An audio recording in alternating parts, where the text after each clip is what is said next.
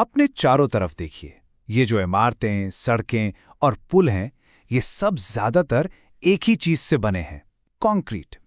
ये इतना कॉमन है कि हम इस पर शायद ही कभी गौर करते हैं। पर क्या आपने कभी सोचा है कि एक अच्छा कंक्रीट जो दशकों नहीं सदियों तक चले, वो बनता कैसे है? इसका जवाब सिर्फ मजबूती में नहीं है। चलिए इस कहानी को खोलते हैं। अच्छा, अगर मैं कहूं अच्छा कंक्रीट, तो आपके दिमाग में सबसे पहला शब्द क्या आता है? स्ट्रेंथ, है ना? मजबूती। और ये सही भी है, लेकिन कहानी सिर्फ यहीं खत्म नहीं होती। असल में ये तो बस शुरुआत है। तो फिर सवाल वही है, एक गुड कंक्रीट का असली मतलब है क्या? देखिए, एक बेहतरीन कंक्रीट असल में 3 बहुत जरूरी गुणों का एक परफेक्ट बैलेंस है। सबसे पहले है वर्केबिलिटी, यानी जब कंक्रीट गीला है तो उसके साथ काम करना कितना आसान है। फिर आता है स्ट्रेंथ, यानी सूखने के बाद ये कितना वजन झेल सकता है। और आखिर में है ड्यूरेबिलिटी, यानी ये बदलते मौसम और समय की मार को कितने सालों तक झेल सकता है। इन तीनों का बैलेंस, बस यही सारा खेल है। तो चलिए कहानी की शुरुआत से शुरू करते हैं, यानी ताजे गीले कंक्रीट से। इससे पहले कि ये पत्थर की तरह सख्त हो जाए, इसे वॉकेबल होना बहुत जरूरी है। पर ये वॉकेबिलिटी, ये है क्या चीज? सीधी सी भाषा में वर्केबिलिटी का मतलब है काम करने में आसानी। क्या आप कंक्रीट को आसानी से मिक्स कर सकते हैं? क्या ये अपनी जगह पर स्मूथली चला जाता है? और सबसे जरूरी, क्या आप इसे ठीक से कॉम्पैक्ट कर सकते हैं ताकि कोई खाली जगह ना बचे?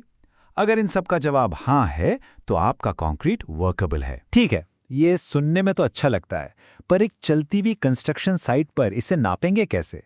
इसके लिए एक बहुत ही कमाल का सिंपल सा टेस्ट होता है। इसे कहते हैं द स्लंप टेस्ट।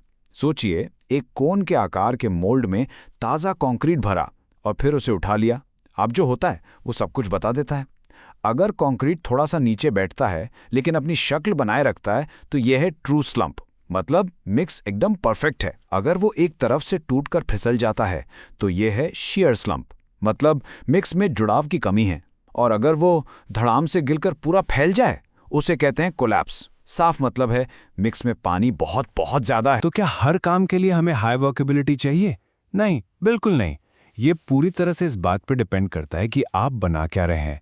मान लीजिए एक सिंपल सी छत की स्लैब है जिसमें ज्यादा सरिये नहीं है, तो वहां कम वर्केबल कंक्रीट भी चलेगा। लेकिन अब सोचिए एक ऐसे बीम के बारे में जिसमें सरियों का घना जाल बिछा है।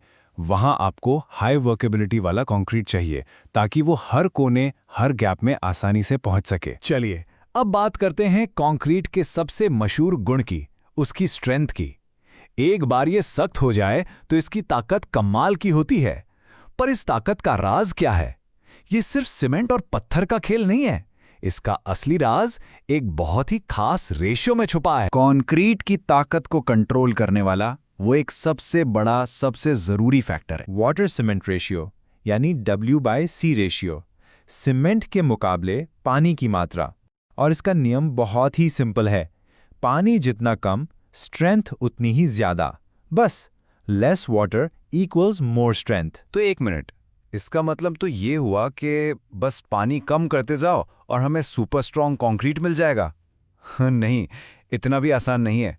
मान लीजिए आपका वाटर सीमेंट रेशियो एकदम परफेक्ट है, लेकिन आपने उसे सही से कॉम्पैक्ट ही नहीं किया, तो क्या होगा? यहीं पर एंट्री होती है कंक्रीट के छिपे हुए दुश्मन की, एयर वॉइड्स, यानी हवा के बुलबुले। अगर कंक्रीट को ठीक से कॉम्पैक्ट नहीं किया तो ये हवा अंदर ही फंस जाती है और इसका असर वो चौंकाने वाला है।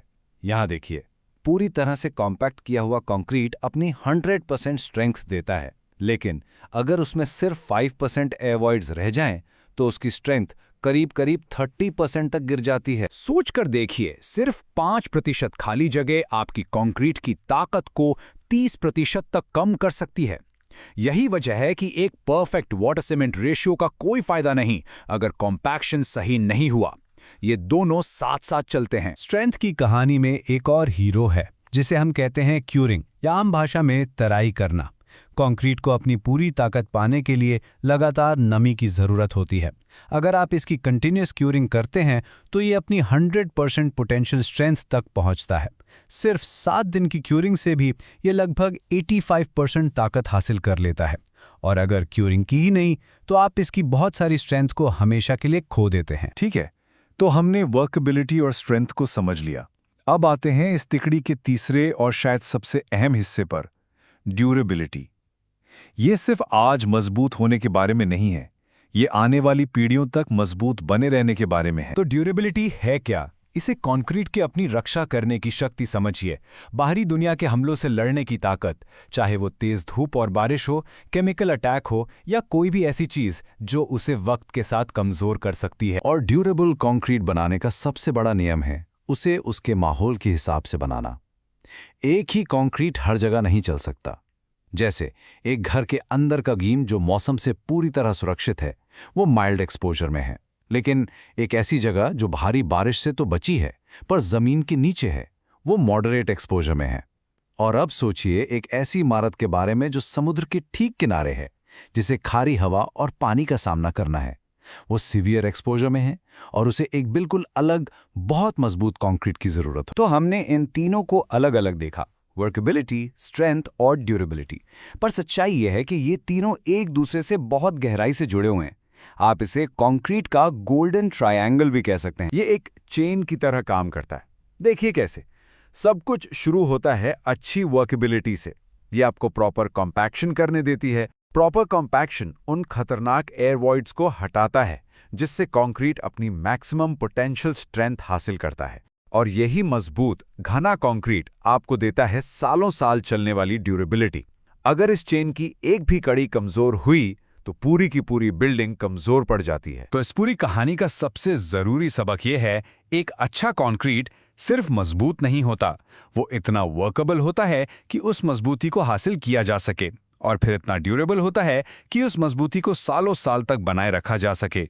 यही है वो जादुई संतुलन। तो आज हमने कंक्रीट के इस गोल्डन ट्रायंगल को समझा, लेकिन जैसे जैसे हम भविष्य में और भी ऊंचे और भी कॉम्प्लेक्स मेगा स्ट्रक्चर्स बनाने का सपना देख रहे हैं, एक सवाल मन में आता है, क्या वर्केबिलिटी, स्ट्रेंथ और ड्यूरेबिलिटी का ये क्लासिक ट्रायंगल आने वाले कल की चुनौतियों के लिए काफी होगा, या फिर इस कहानी में एक नए चौथे चैप्टर को जोड़ने का वक्त आ गया है? सोचिएगा जरूर।